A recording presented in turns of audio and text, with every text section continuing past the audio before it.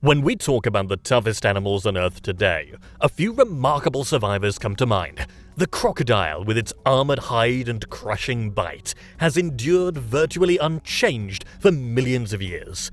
The camel marches through searing deserts where water is a rare gift. The muskox withstands Arctic winters that would freeze most life solid. And then there's the tardigrade, so small it's almost invisible, yet able to survive boiling heat, freezing cold, radiation, and even the vacuum of space. Even the deep sea has its champions, like the volcano snail.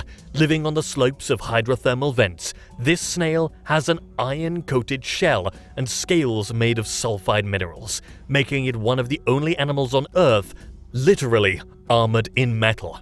It thrives in waters laced with toxic chemicals and can withstand temperatures of up to 400 degrees C or 750 Fahrenheit, proving that toughness comes in many shapes and sizes. But the animals we see today are only the latest survivors in a much older story.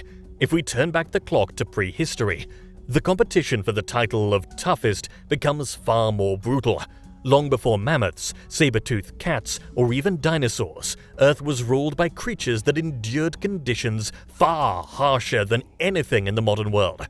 To truly understand what toughness means, we need to travel deeper in time, back to an age before the dinosaurs ever set foot on the planet. More than 250 million years ago, Earth was locked in the grip of the Permian period. This was a world unlike our own, shaped by the vast supercontinent of Pangaea. Its colossal size created sprawling interiors cut off from the sea, where rainfall was scarce and the climate swung violently between extremes. Summers brought blistering heat that baked the land into dust, while winters delivered piercing cold. Rivers vanished, forests withered, and ecosystems balanced on the edge of collapse. The Permian was a crucible of survival, a testing ground where only the most resilient could endure. Food was scarce, habitats shifted without warning, and predators grew more formidable. Giant gorgonopsians, with saber-like teeth and powerful jaws, stalked the land as apex hunters. Smaller carnivores lurked in the shadows, waiting for any sign of weakness. For plant-eaters, the struggle was just as fierce. Staying alive meant braving not only relentless predators, but also a merciless landscape.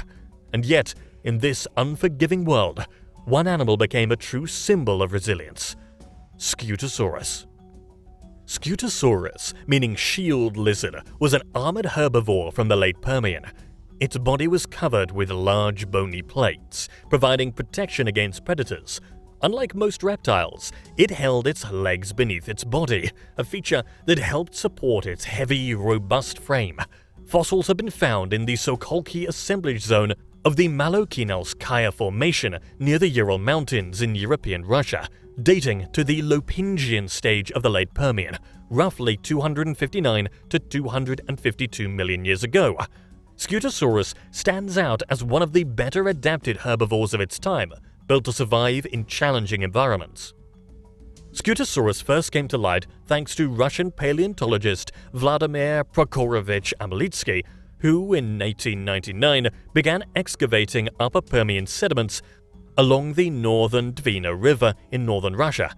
Over the next 15 years, he and his wife Anne uncovered numerous nearly complete skeletons, preserved in their natural positions, offering an extraordinary glimpse into Permian life. The species we now call Scutosaurus karpinskii was first mentioned in 1917, but Amelitsky's formal description came posthumously in 1922. Later, Soviet paleontologist Alexandra Hartmann-Feinberg recognized that these fossils represented a distinct genus, giving it the name Scutosaurus. Today, Scutosaurus is one of the best-known parasaurs.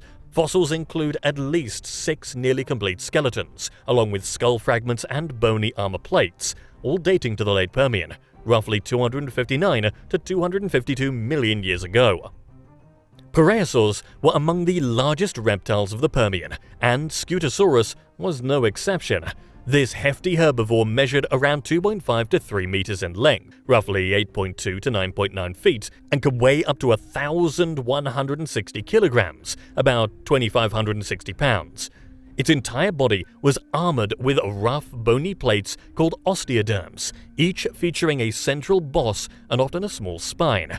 While most of these plates were separate, some, especially over the shoulders and pelvis, may have been tightly connected, similar to what is seen in the related genus Elginia. Even the limbs bore tiny conical studs, adding extra protection.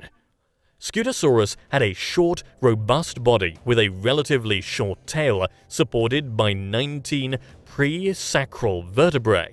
Like many herbivores of its time, it had a broad, barrel-shaped ribcage and thick, powerful limbs anchored by solid pectoral and pelvic girdles.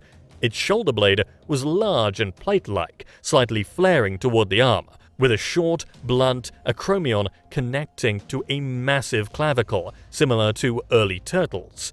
In life, the clavicle and shoulder blade were separated by a small gap, and unlike its early relatives, Scutosaurus had lost the clathrum along the shoulder.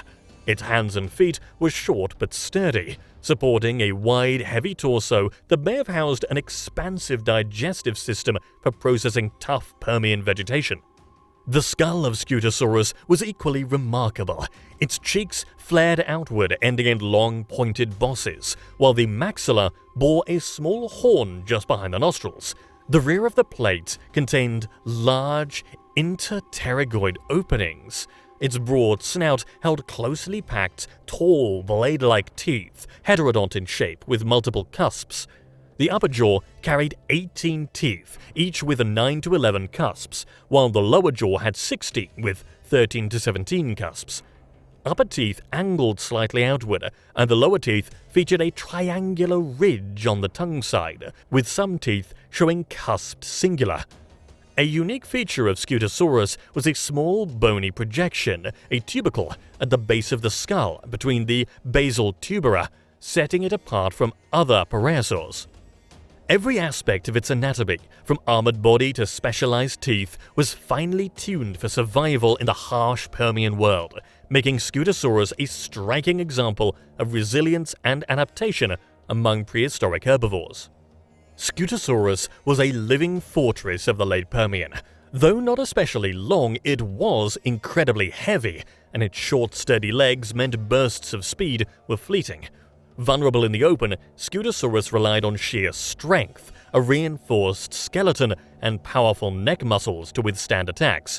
Behind its skin, rows of hard scutes formed a natural brigandine-like armor, making it nearly impervious to the jaws of contemporary predators, a slow-moving titan built for survival. For decades, scientists debated how these strange reptiles moved.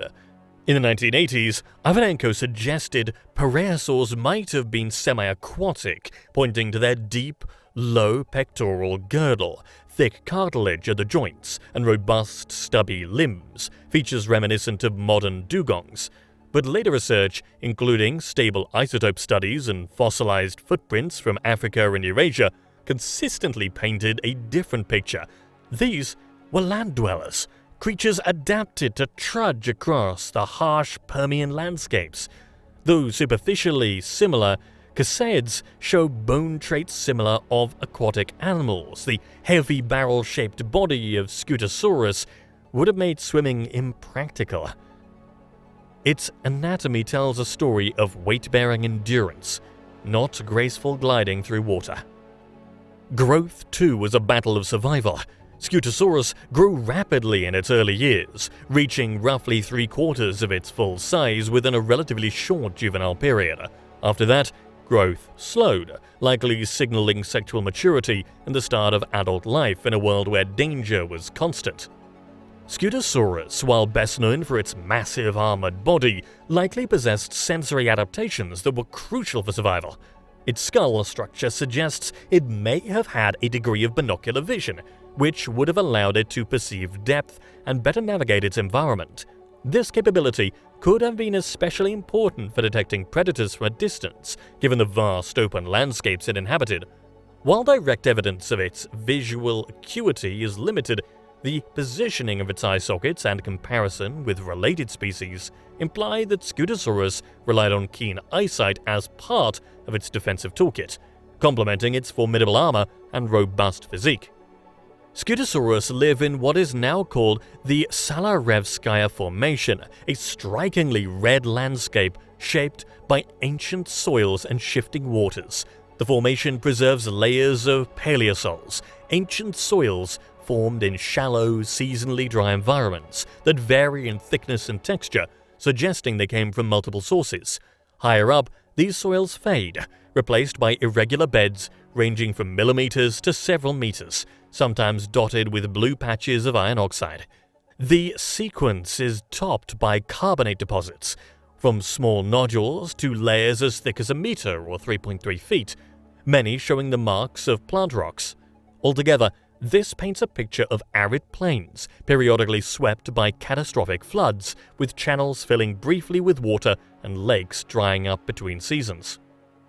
Scutosaurus was part of the Parasaur Gorgonopsian fauna of the Upper Tartarian, an ecosystem dominated by parasaurs, anomodons, and gorgonopsians, alongside therocephalians and cynodonts.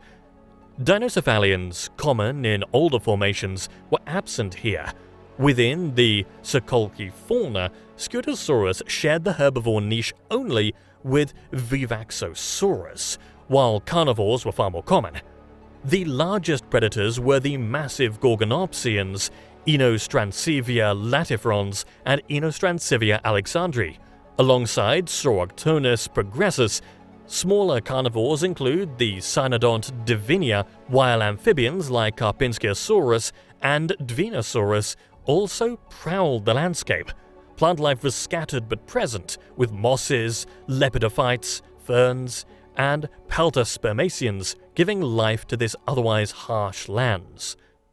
Parasaura was an extraordinary group of herbivorous parareptiles that dominated the land during the Middle to Late Permian, around 265 to 252 million years ago. These were giants of their time. Some species stretched over 3 meters in length and weighed more than 600 kilograms, making them among the largest terrestrial vertebrates of the Permian world. What made parasaurs truly remarkable was their armor and anatomy. Their bodies were covered in thick bony scutes, forming natural armor that could withstand the attacks of formidable predators.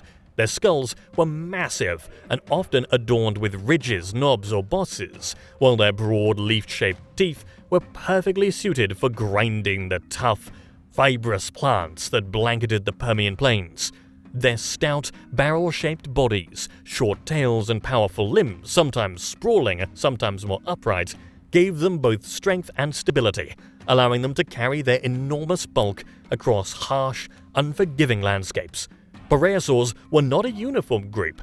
They were highly diverse and spanned much of Pangaea, thriving in a variety of environments.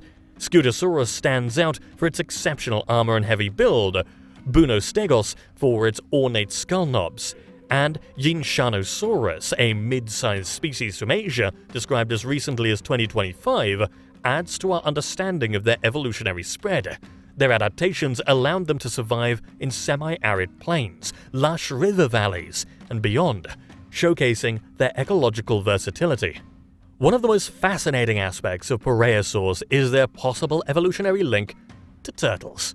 Some paleontologists have noted striking similarities in skull structure and the presence of bony dermal plates, suggesting that modern turtles might trace part of their ancestry to parasaur-like reptiles.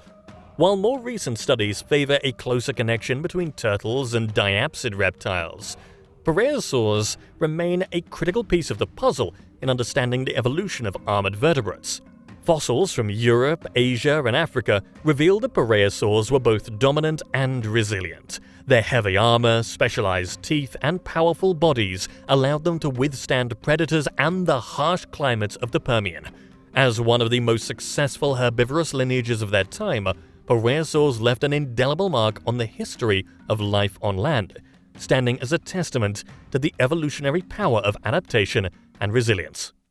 Scutosaurus met its end during Earth's most catastrophic mass extinction event, the the Permian Triassic extinction event, approximately 251.9 million years ago. This event, often dubbed the Great Dying, eradicated about 70% of terrestrial vertebrate species, including all parasaurs like Scutosaurus. The primary driver of this mass extinction was the extensive volcanic activity associated with the formation of the Siberian Traps, a vast region of flood basalts in present-day Russia. These eruptions released massive amounts of greenhouse gases, including carbon dioxide and methane, leading to severe global warming. Concurrently, the release of sulfur dioxide contributed to acid rain, further destabilizing ecosystems. During the late Permian, the environment was already challenging. Scutosaurus inhabited semi-arid plains, characterized by cyclically shallow waters and dry conditions. Fossil evidence indicates the presence of paleosols, ancient soils, suggesting a landscape subject to seasonal droughts and floods.